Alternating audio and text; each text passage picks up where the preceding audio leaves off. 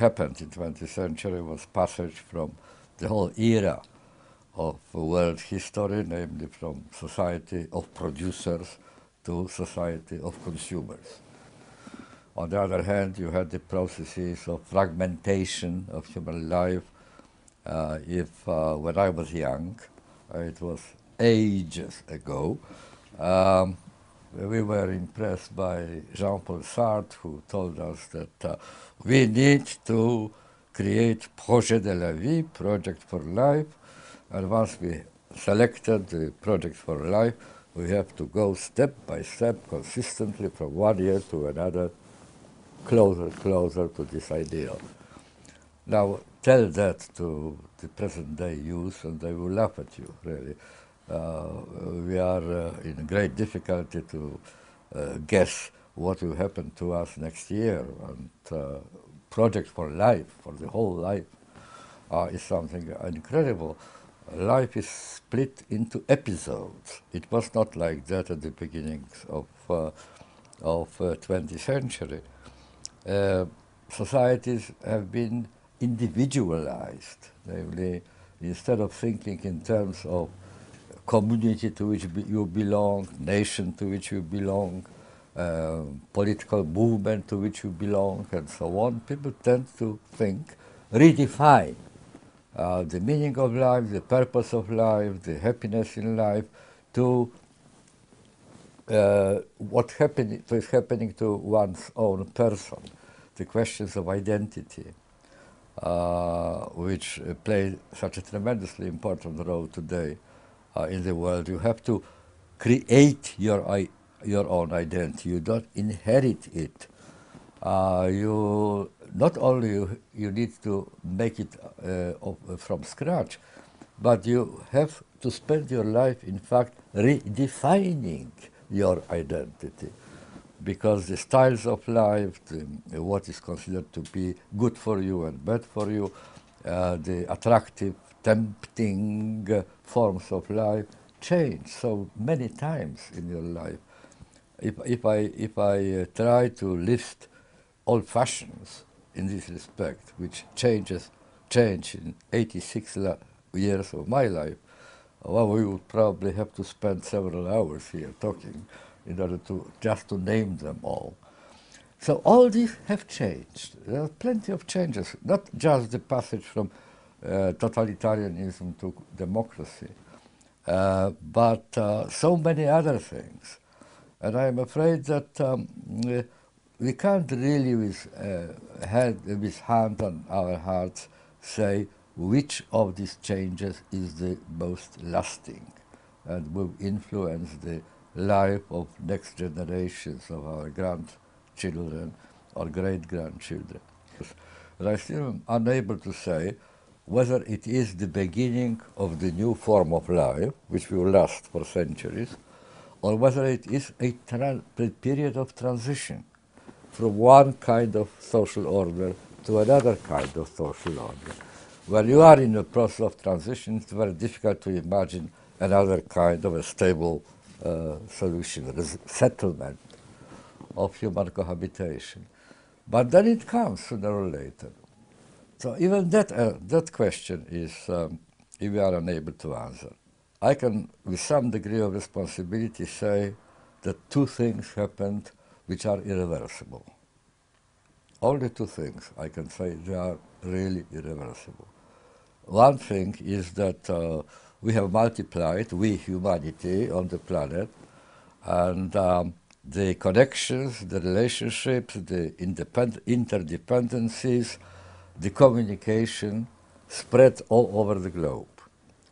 We are now in a position that we are all dependent on each other.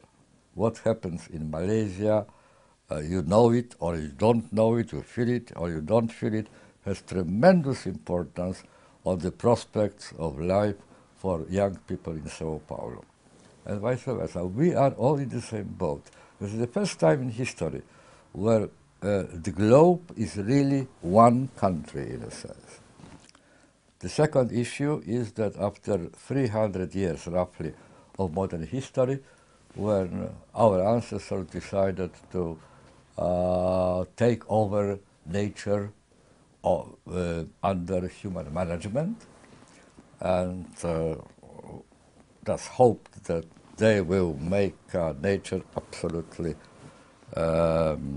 obedient to human needs and human wishes, and there will be full control over what's happening in the world. Now that came to an end because in the result of our own successes and our ancestors' successes, development of modern technology, of efficiency, of the ability to produce more and more and more, reach for all sorts of natural resources of the planet and so on. In the result of all this tremendous success of science and sociology, we came very close to what we now understand are the limits of endurability of the planet. I am humble sociologist. I don't have any prophetic abilities, really. I never learned any methodology of prophecy in my 60-odd years doing sociology. So I don't know how it will eventually develop. I can only tell you what are the dangers today to democracy, really. One is what I already mentioned, namely the divorce between power and politics. Because if that is the case, then the state, the only political institution which we don't have a global political institution, the state is not powerful enough to keep all the promises which states 50 years ago gave to the citizens. And that was the golden era of democracy. The 30 after-war years was the proliferation and thriving of idea of democracy. Now democracy is on the way down. Less and less people are really deeply convinced that it's a good thing. They are doubtful about the quality of democracy. Why? Simply because the relatively powerless state can offer citizens less and less. What states are doing, with very few exceptions, most states today are doing, is contracting out the many functions which state was expected to perform. Who knows, perhaps, here I am engaging in prophecy already, we will invent a global democracy sometime. And that would be a radical solution, mind you, because I don't believe that the framework of the nation state any longer is able to defend on its own the future of democracy, for reasons which I mentioned before, right? So we will have to invent, not I am too old for that, but you and your generation will have to invent global equivalent to the inventions of our forefathers. They invented nationwide democracy, nationwide representative democracy, parliaments, modern parliaments. They invented jurisdiction, not a local, traditional, habitual, customary laws, but one unified code of law for the whole country. All the things which create modern democracy, they invented. If Aristotle was invited to building of any of the contemporary parliaments, Aristotle, who first used the concept of democracy and described it, right? He would probably enjoy what he sees, because people quarrel, they represent different views, they argue, then they vote, they come to some agreement. He would like it. But then if someone told him that that is democracy, he would laugh, because democracy he described in ancient Athens was just people coming to the marketplace, and fighting each other and coming to some resolution. Which means that democracy is a notion which acquires over time in history different forms and different instruments, different strategies. So I can, of one thing, be sure that if you really invent global equivalent to nation-state democracy, then it will be a democracy, okay, but it won't be the institutions of democracy which we know, only bigger. It will be not similar to these institutions, because these institutions, which we now call democratic, were created, were adjusted to the needs of a nation-state. And then Castoriadis goes and says that autonomous individual and autonomous community, polity, can only exist together. One needs another, right? You can't be individual in a tyrannical society, in a totalitarian society. You are not really individual. It must be a cooperation of the two autonomies with each other. Well, very beautiful, but the danger came from unexpected side. When Castoriadis wrote these words, he wrote them against totalitarianism up there. Again, terribly sorry for remembering the prehistorical past, but when I was young, I was afraid that all the danger will come from the public sphere. George Orwell memorably put it this way: we are afraid of the soldiers' boot trampling human face. All right, that was a danger, there's no question about that. Our ancestors, and partly my own generation, managed to get over this danger, move it aside. We are not any longer afraid, really, as I was in my young, of the individuality being overwhelmed by the pressures from the top, censorship, the secret police and so on.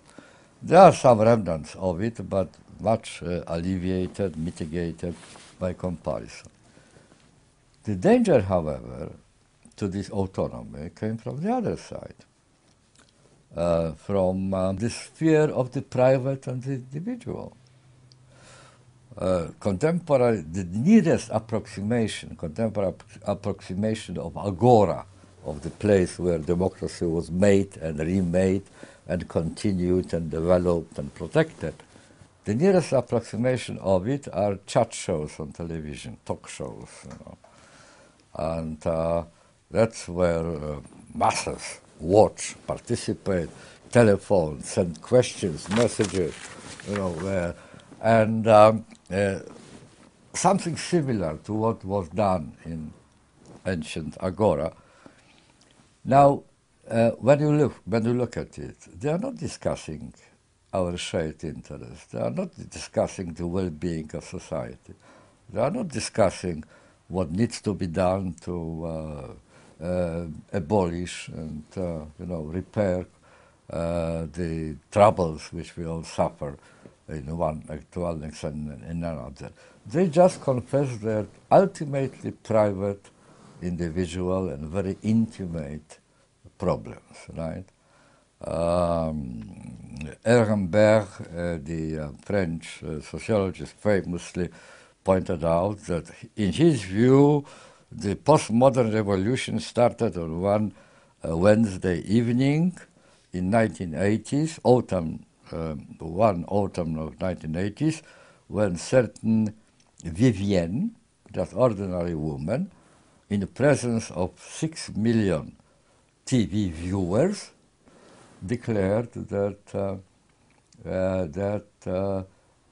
she never experienced orgasm in her marriage because her husband, Michel, suffers of premature ejaculation. That was revolution, start of the revolution. Why start a revolution? Because suddenly on the Agora, people started confessing things which were the embodiment of privacy, embodiment of intimacy, which you would confine only if you were a Catholic to the priest on confession, or to your really very, very close circle of very intimate friends. But you wouldn't go to the public square and shout about it. So Agora has been conquered not by totalitarian regimes, but by precisely that, by privacy, by things which previously were privacy. In confessionals, which are the embodiment, the incarnation of intimacy and privacy, you converse there with God directly. And it's absolute secrecy. No one can know what you confess to in confessional. We have installed microphones in confessionals.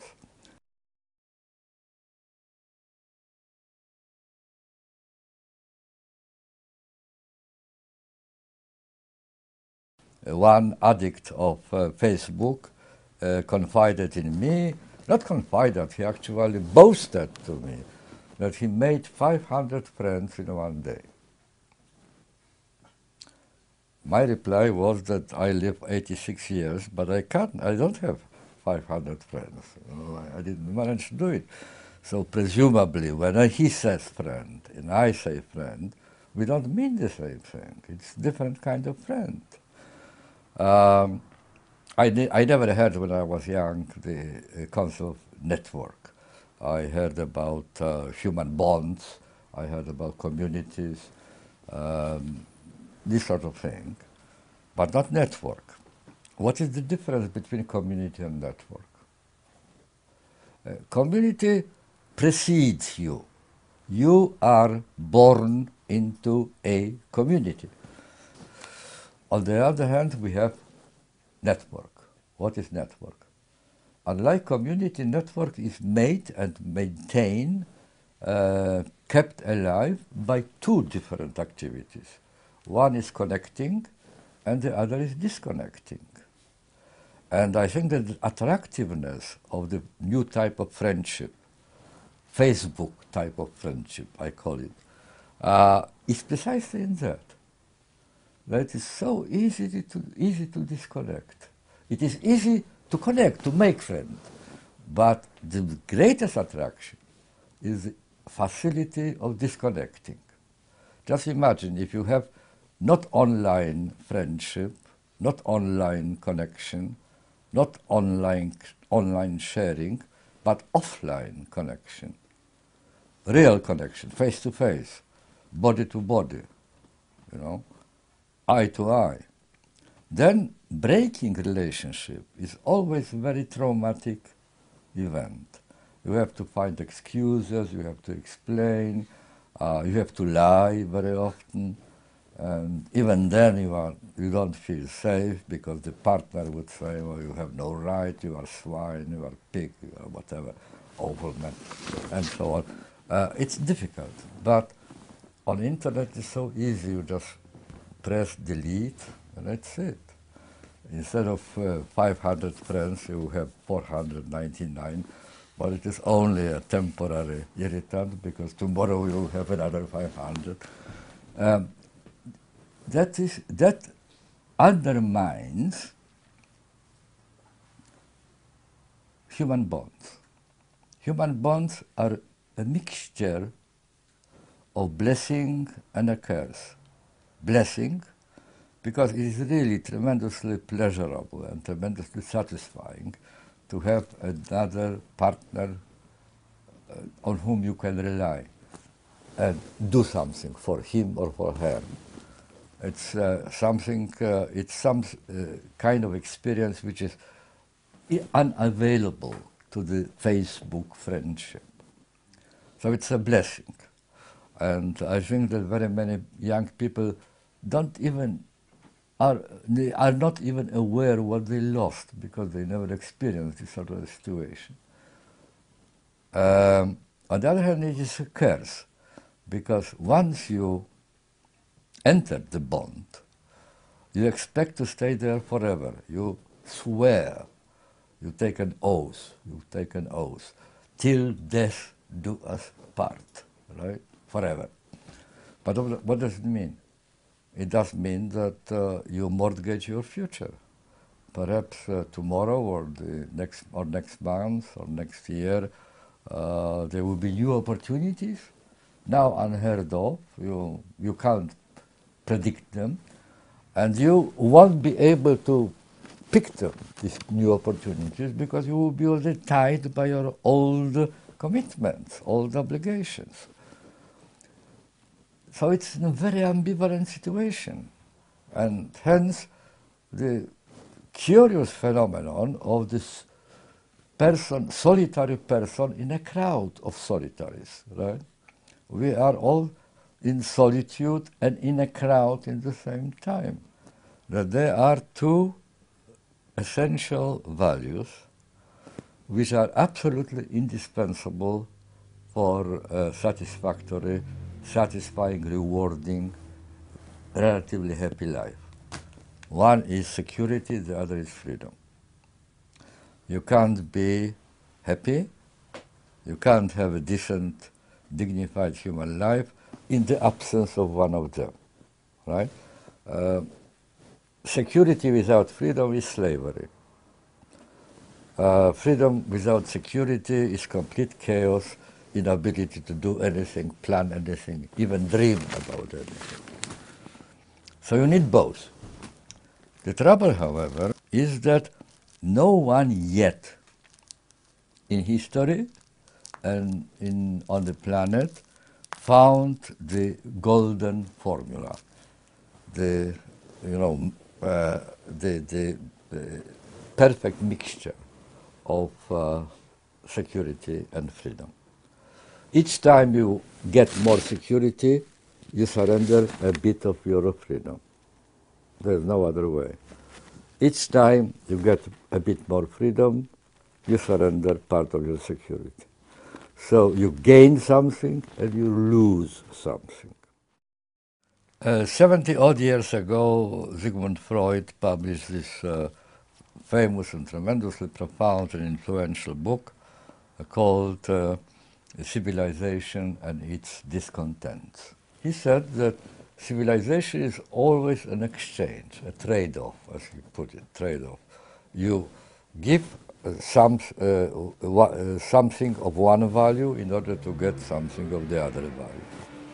And he said, he wrote it in 1920s, and at that time he said that our problem, their problem of the old generation, was that they surrendered too much freedom for the sake of security. My deep conviction is that if Freud was giving this interview with me at the moment, he would probably repeat that every civilization is an exchange, a trade-off.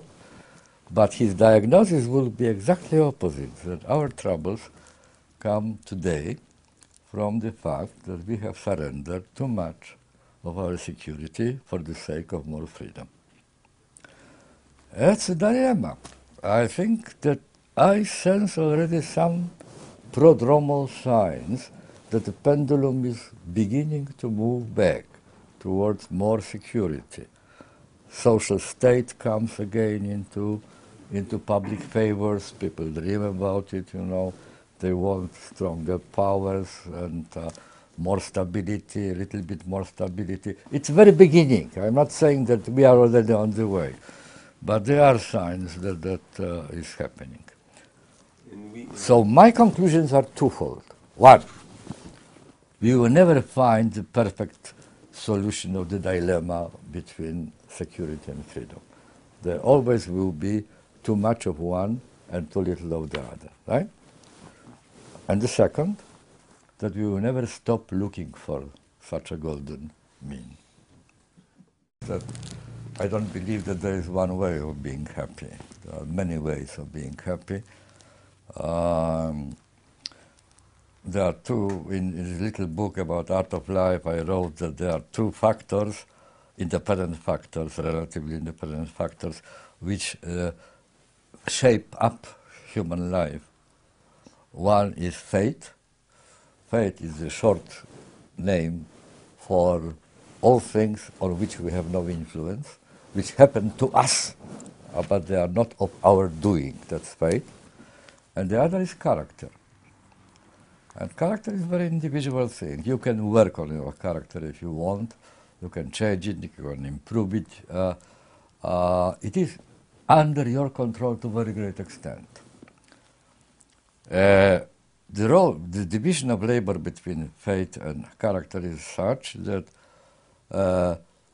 the fate sets the range of options which are realistic to you.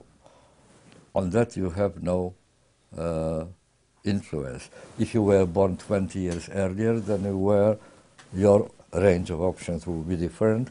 If you were born 20 years later, again it will be different. If you were born in this suburb, affluent suburb, you have one range of options. If you are born in a ghetto, it's completely different range of options. But there is always a range of options which is provided by fate. But the choices between these options are made by character. And because characters are very many and very different, you can't give one recipe for happiness. I know that there are counselors now who earn quite a lot of money by pretending that they have recipes for happiness. Don't believe them. They are, hoodwink you. I would never dare to give such an advice. Well, I am not comparing myself with Socrates, but very many philosophers, contemporary philosophers, consider life of Socrates, his personality, which he constructed, as the most perfect, relatively perfect, which you can imagine. But what does it mean? Does it mean that if Socrates' kind of life, which he selected, is the perfect solution for Socrates anyway, does it mean that we all should imitate Socrates and try to be like him? No. The answer is on the contrary, because precisely Socrates considered a secret of his happiness in that he, on his own, by his own will, created the form of life which he lived. People who imitate somebody else's form of life, somebody else's model of happiness, are not like Socrates. On the contrary, they betray his recipe. They betray his recipe because his recipe precisely. Well, you can translate it in a simple term, saying that for every human being there is a perfect world made especially for him or for her.